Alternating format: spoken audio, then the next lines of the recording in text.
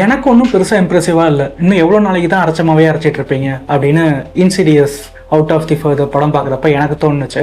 ஏன்னா 2010 ஜேம்ஸ் வான் எடுத்த இன்சிடியஸாக இருக்கட்டும், அதுக்கப்புறம் வந்து சாப்டர் 2 இருக்கட்டும், அதே ஃபார்முலாவை தான் இப்போ வரைக்கும் அவங்க எடுத்துகிட்டு இருக்காங்க. எனக்கு அந்த 2 பாட்டுமே ரொம்ப பிடிக்கும்.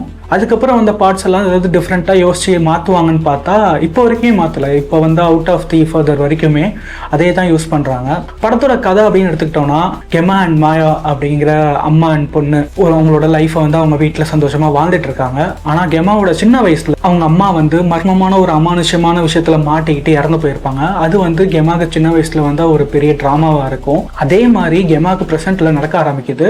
அது அவங்களோட பொண்ணு மாயாக்கும் ஒரு டிஸ்டர்பன்ஸை கொடுக்குது. இது எதனால் நடக்குது, இதுலேருந்து எப்படி அவங்க வெளியில் வரப்போகிறாங்க அப்படிங்கிறது தான் இந்த படத்தோட கதை. இந்த கதையில தான் இதுக்கு முன்னாடி வந்த இன்சிடியஸ்லாம் கலந்து போட்டு வழக்கம் போல் ஒன்று அரைச்சி விட்டாங்க.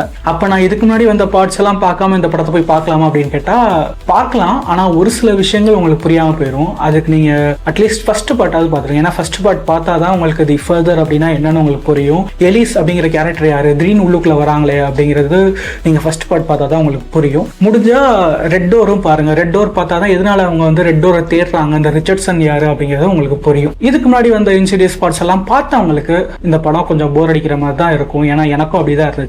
ஒரு சில சீன்ஸ் வந்து நல்லா இருந்துச்சு. அந்த சோஃபாக்குள்ள போற சீனு, அப்புறம் அந்த ஹாஸ்பிட்டல் நடக்கிற சீனு. எனக்கு அந்த சோஃபாக்குள்ள போற சீன் வந்து உண்மையிலேயே பிடிச்சிருந்துச்சு. அந்த ஹாஸ்பிட்டல் நடக்கிற சீன் கூட கொஞ்சம் அருவருப்பா இருந்துச்சு. இந்த மாதிரி ஒரு சில சீனுக்காக என்னால ஃபுல் படத்தையும் உட்காந்து பார்க்க முடியல. ஏன்னா இடையில ஒரு சில சீன்லாம் எனக்கு ஒரு மாதிரி தூக்கம் வர ஆரம்பிச்சிருச்சு. ஆனா இன்சிடியஸ்க்குன்னு தனி ஃபேன் பேஸ் இருக்காங்க. எனக்கு தெரிஞ்ச அவங்க நேரம் படம் பார்த்துருப்பாங்க. இன்சிடியஸ் ஃபேன் யாராச்சும் வீடியோ பார்த்துட்டு இருந்தீங்கன்னா உங்களுக்கு இந்த படம் எப்படி இருந்துச்சு, உங்களுக்கு இந்த படம் பிடிச்சிருந்துச்சா, இல்ல வழக்கம் போல அரைச்சமாவே தான் அரைச்சி வச்சிருக்காங்களா அப்படிங்கிறத கீழே கமெண்ட்ல சொல்லுங்க. வரட்டா?